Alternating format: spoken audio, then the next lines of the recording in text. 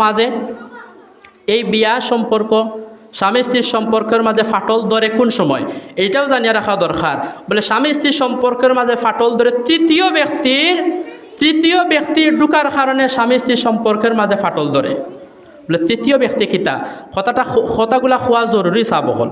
বলে তৃতীয় ব্যক্তি বলতে কিতা, বলে আমার আর আমার বোর মাঝে মাইল লাগছে, এগো আমি গে আমার বন্ধুরে শুনাইলাম, আমি আমার গিয়া অমুক বাইরে শুনাইলাম, আমি গে আমার ওবারে শুনাইলাম, বউয়েও গিয়া বলে আমি আমার ওবারে এন্ডে শুনাইলাম, ওবেটিরে শুনাইলাম।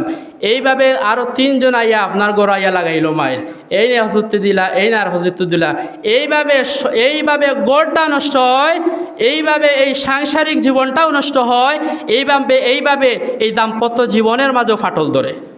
আল্লাহ এগুলা থেকে হেফাজত করোকা হোক, আল্লাহুম্মা আমিন। কোনোদিন খেউরে আপনার পরিবারের ব্যাপারে তৃতীয় কোনো ব্যক্তিরা আপনি আপনার পরিবার নিয়ে হারাইবা না।